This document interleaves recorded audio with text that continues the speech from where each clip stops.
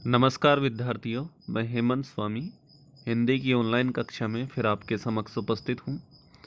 आज हमारा अध्ययन का विषय है कक्षा 10 की हिंदी पाठ्य पुस्तिका क्षितिज द्वितीय के काव्य खंड का अंतिम अध्याय है संगतकार, जिसके कवि हैं मंगलेश डबराल। तो इस अध्याय की संपूर्ण व्याख्या का अध्ययन करने वाले हैं। इससे पूर्व हम इस अध्याय की कविता जो है संगतकार, उसका सारांश पढ़ लेते हैं ताकि हमें व्याख्या अच्छी तरह समझ में आ जाए, ये भी पता लगे कि इसमें किस चीज़ का वर्णन है। तो प्रस्तुत पंक्तियों में कवि ने उन लोगों की चर्चा की है जो कभी प्रसिद्धि का स्वाद नहीं चखते हैं, फिर भी निरंतर कार्य करते चले जाते हैं। उन्हें कभी उनके काम के लिए तारीफ सुनने को नहीं मिलती है। वे हमेशा अंधकार में जीते हैं, फिर भी वे बिना किसी स्वार्थ के निरंतर अपना काम करते चले जाते हैं। जिस तरह किसी गायक के साथ गाने वाले संगतकार होते हैं, तो यह संगतकार से तात्पर्य है कि जो गायक के साथ गान करने वाला, उसके साथ रहने वाले व्यक्ति होता है, उसको संगतकार कहते हैं। एक तो मुख्य गायक होता है और उसके साथ सुर में सुर मिलाने वाले, उसके साथ गाने वाले, बजाने वाले जो होते हैं, वो संगतकार होते हैं।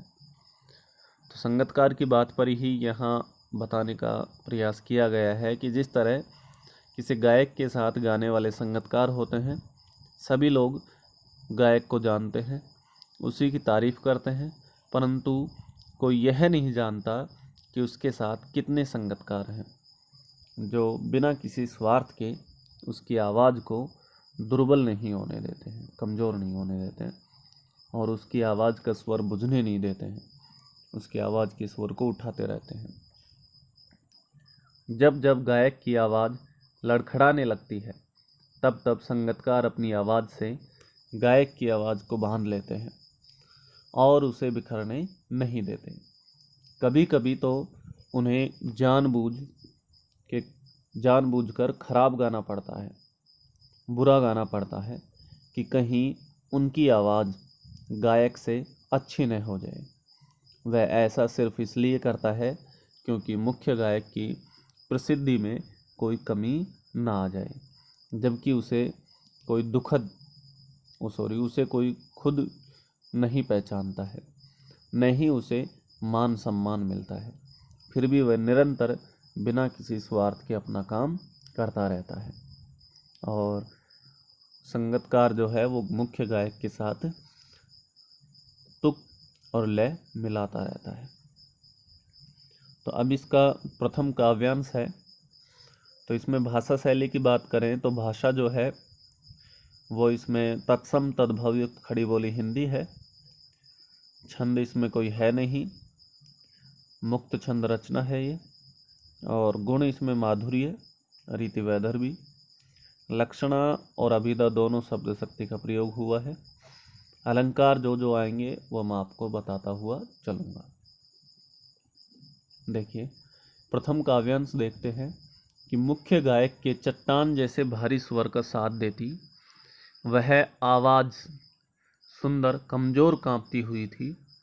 वह मुख्य गायक का छोटा भाई है या उसका शिष्य है या पैदल चलकर सीखने आने वाला दूर का कोई रिश्तेदार। मुख्य गायक की गरज में वह अपनी गूंज मिलाता आया है प्राचीन काल से। तो इसमें ये बताने का प्रयास किया गया है कि किस प्रकार से एक मुख्य गायक होता है और मुख्य गायक का सहयोग एक संगतकार करता रहता है। संगतकार मैं बता चुका हूँ कि मुख्य गायक के साथ गायन करने वाला व्यक्ति होता है। तो इसमें सर्वप्रथम अलंकार जान लेते हैं। मुख्य गायक के चट्टान जैसे भारी स्वर, चट्टान के जैसे कठोर स्वर के लिए प्रयुक्त हुआ है, तो उपमा अलंकार है। तो मुख्य गायक के चट्टान जैसे भारी स्वर का साथ देती वह आवाज़ सुंदर कमज़ोर कांपती हुई थी।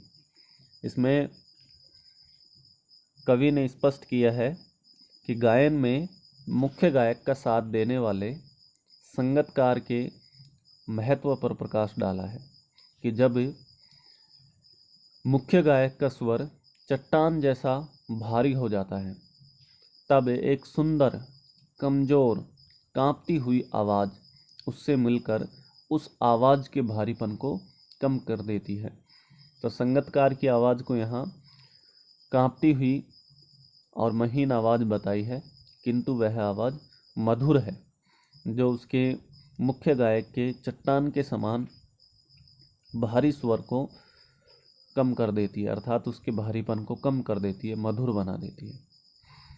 फिर बताया कि वह मुख्य गायक का छोटा भाई है, या उसका शिष्य, या पैदल चलकर सीखने वाला कोई दूर का रिश्तेदार। कि वह संगतकार ऐसा जान पड़ता है मानो वह मुख्य गायक का छोटा भाई है, या उसका कोई शिष्य है, या कोई दूर का ऐसा रिश्तेदार हो जो पैदल चलकर उसके पास गीत सीखने के लिए आता हो।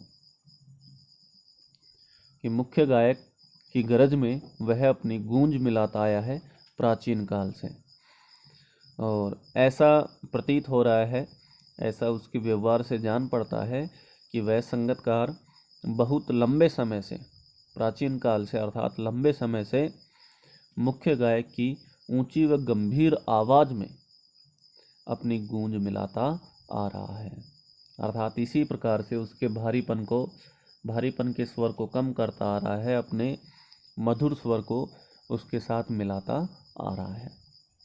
तो इसमें भावार्थ यहाँ दिया हुआ भी है, एक बार वाचन कर लेता हूँ मैं। हालांकि मैं आपको ये समझा चुका हूँ, लेकिन एक बार फिर से वाचन करते हैं तो अच्छी तरह समझ में आ जाएगा।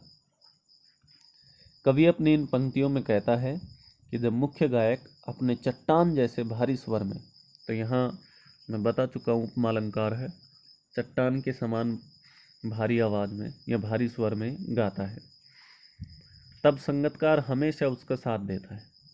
संगतकार की आवाज़ बहुत ही कमज़ोर, कांपती हुई सी प्रतीत हो रही है, लेकिन फिर भी वह बहुत ही मधुर थी, जो मुख्य गायक की आवाज़ के साथ मिलकर उसकी प्रभावशीलता को और बढ़ा देती है। कवि को ऐसा लगता है कि यह संगतकार गायक का कोई दूर का या करीब का रिश्तेदार है, जो पैदल ही चला आया है, कि वो दूर का कोई रिश्तेदार है जो पैदल चलकर उसके पास गीत सीखने के लिए आया है, या कोई उसका शिष्य है, या उसका कोई भाई है जो उससे गायकी सीख रहा है। वह संगतकार बहुत लंबे समय से मुख्य गायक की ऊंची व गंभीर आवाज़ में अपनी गूंज मिलाता आया है। इस कविता का अगला काव्यांश है, गायक जब अंतरे की जटिल तानों के जंगल में खो चुका होता है, या अपने ही सरगम को लांघ कर चला जाता है, भटकता हुआ एक अनहद में, तब संगतकार ही स्थाई को संभाले रहता है, जैसे समेटता हो मुख्य गायक का पीछे छूटा हुआ सामान। तो यहाँ उपमा अलंकार है, उदाहरण और उपमा दोनों ही हैं। जैसे उसे याद दिलाता हो उसका बचपन, जब वह नौसिखिया था। नौसिखिया मतलब जिसने अभी अभी सीखना प्रारंभ किया है। तो प्रथम पंक्ति है कि गायक जब अंतरे की जटिल तानों के जंगल में खो चुका है। तो अंतरा से तात्पर्य है कि एक तो टेक होती है, टेक जिसको बार बार गाया जाता है, तो टेक के बाद जो मध्य का गाया जाने वाला चरण होता है, बीच की जो पंक्ति होती है, उसको कहते हैं अंतरा। जटिल होता है कठिन, तान होता है स्वर, संगीत का स्वर। तो इसमें यहाँ कवि मुख्य गायक गाने की स्थाई अर्थात पंक्ति गाने के बाद गाने के आगे के चरण को गाने लगता है। कहने से तात्पर्य है कि अंतरा, कि गायक जब अंतरा को गाने लगता है, अर्थात मुख्य पंक्ति के बाद या मध्य की चरण को गाने लगता है, तब वह उस चरण की कठिन तानों या कठिन स्वरों के जंगल में या उसके, जंगल से तात्पर्य है कि उसके तानों में, उसके तानों के उलझन में पूरी तरह से भटक जाता है, खो जाता है। अर्थात कह सकते हैं कि मुख्य स्वर को भूलकर इधर उधर वह भटक जाता है, लीन हो जाता है। तब उसे संगतकार ही आकर संभालता है। फिर बताया है, अर्थात संगतकार अपना मधुर स्वर मिलाकर उसका सहयोग देता है। फिर बताया है कि या अपने ही सरगम को लांघकर चला जाता है भटकता हुआ एक अनहद में। तो सरगम का अर्थ होता है वही स्वर, और अनहद होता है जिसकी कोई हद या सीमा नहीं होती है। तो जब वो पूरी तरह से अपना मुख्य स्वर भूलकर इधर उधर भटक जाता है, तब संगतकार अपने मधुर स्वर से उसे संभालता है, उसका सहयोग देता है, उसके स्वर, उसकी आवाज़ को स्वर प्रदान करता है। फिर बताया है कि या फिर मुख्य गायक अपने सुरों से पार चला जाता है, कि अपने सुरों को लांघ जाता है। कहने से तात्पर्य है कि सुरों को पार कर जाता है और भटकता हुआ अनहद नाद या अनहद सीमांत स्वर के भंवर जाल में फंस जाता है। अर्थात वो स्वरों को समझ नहीं पाता है और उस स्वरों के भंवर जाल में फंस जाता है। तब आकर संगतकार ही उसे संभालता है। फिर बताया है कि जैसे समेटता हो मुख्य गायक का पीछे छूटा हुआ सामान, जैसे उसे याद दिलाता हो उसके बचपन जब वह नौसिखिया था। तो यहाँ उदाहरण और उपमा दोनों अलंकार हैं कि संगतकार उसको इस प्रकार से संभाल रहा था कि जैसे पीछे छूटे हुए सामान को संभालता हो। कहने से तात्पर्य है कि संगतकार का काम या संगतकार का स्वर पीछे छूटे हुए सामान को संभालने जैसा है। जैसे आगे कोई व्यक्ति निकल रहा है और उसका पीछे सामान छूट जाता है, तो जो व्यक्ति उसका पीछे छूटा हुआ सामान संभालता है, उसी प्रकार से ये जो स्वर छोड़ता हुआ जा रहा था, सरगम को लांघते हुए जा रहा था, संगतकार भी उसको उसी प्रकार से समेटता हुआ चला जा रहा था, उसके स्वरों को, कि मानो वह मुख्य गायक को उसके बचपन के दिनों की याद दिला रहा हो, जब वह संगीत के क्षेत्र में नौसिखिया था, जब उसने संगीत सीखना प्रारंभ ही किया था। तो अब इसका भावार्थ दिया हुआ है यहाँ, फिर से वाचन कर लेते हैं, पुनः वाचन करते हैं कि इन पंक्तियों में कवि ने यह बताने का प्रयास किया है कि जब कोई महान संगीतकार अपने गाने की लय में डूब जाता है तो उसे गाने के सुर ताल की भनक नहीं पड़ती है, वो उस सुर ताल के भंवर जाल में फंसकर रह जाता है। वह कभी कभी अपने गाने में कहीं भटक सा जाता है, आगे सुर कैसे पकड़ना है यह उसे समझ नहीं आता है और वह उसमें उस सुरों के भंवर जाल में उलझ सा जाता है। ऐसी दुविधा के समय में भी उसका सहायक या संगतकार निरंतर अपनी कोमल एवं सुरीली आवाज में संगीत के सुर ताल को पकड़े रहता है। वह मुख्य गायक को कहीं भटकने नहीं देता और संगीत के सुर ताल को वापस पकड़ने में उसकी सहायता करता है। इस दौरान ऐसा लगता है मानो मुख्य गायक अपना कुछ सामान पीछे छोड़ते हुए चला जाता है और संगतकार उसे समेटते हुए उसके साथ आगे बढ़ता है। इससे मुख्य गायक को उसके बचपन की याद आ जाती है, जब वह संगीत सीखा करता था और अक्सर स्वर भूल जाया करता था, अर्थात इस क्षेत्र में जब वो नौसिखिया था। अगला काव्यांश है कि तार सप्तक में जब बैठने लगता है उसका गला, प्रेरणा साथ छोड़ती हुई उत्साह अस्त होता हुआ, आवाज से राख जैसा कुछ गिरता हुआ, तभी मुख्य गायक को ढांढस बनाती कहीं से चला आता है संगीतकार का स्वर।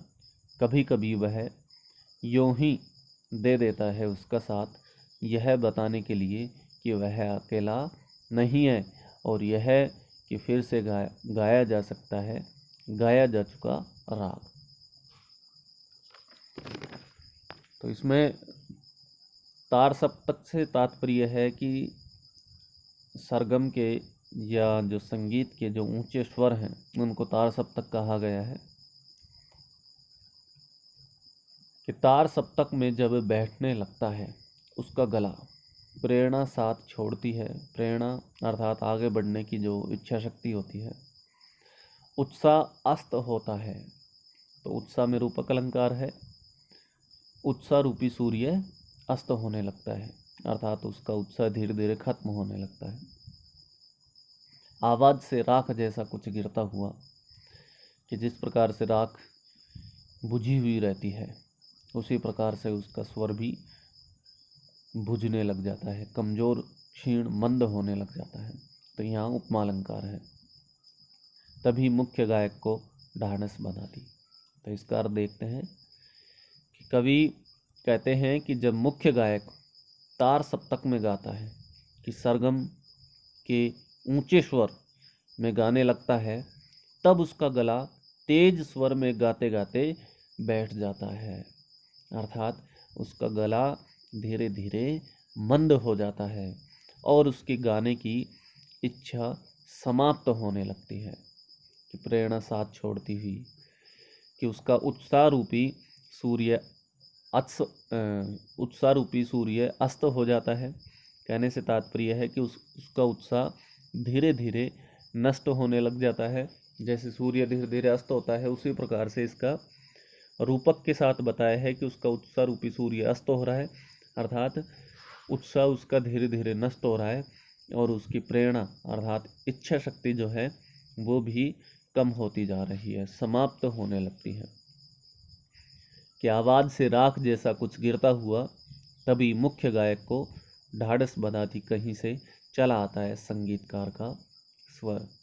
कि आवाज से राख जैसा कुछ गिरता हुआ, कि उस समय उसका उत्साह धीमे पड़ जाता है। तो ऐसी स्थिति में संगीतकार ही मुख्य गायक को हिम्मत देता है। वह उसके गले को शक्ति प्रदान करता है। पता नहीं तब संगीतकार का स्वर कहाँ चला जाता है। वह कभी कभी मुख्य गायक के साथ अपना स्वर मिलाने लगता है। तो इसमें ये स्पष्ट किया है कि उसके आवाज से राख जैसा कुछ गिरता हुआ, कि जिस प्रकार से राख बुझती हुई सी होती है उसी प्रकार से राख के समान ही। तो उपमा अलंकार है यहाँ कि उस मुख्य गायक का स्वर राख के समान कुछ बुझता हुआ प्रतीत होता है अर्थात कमजोर क्षीण मंद होता हुआ प्रतीत होता है। तभी मुख्य गायक के साथ उसको धैर्य बंधाती हुई संगीतकार का स्वर उसके साथ आ जाता है अर्थात संगीतकार ही मुख्य गायक को हिम्मत देता है, उसके गले को शक्ति प्रदान करता है। फिर बताइए, यह बताने के लिए कि वह अकेला नहीं है और यह कि फिर से गाया जा सकता है गाया जा चुका राग। कि संगीतकार उसके बुझे हुए स्वर को शक्ति देने लगता है।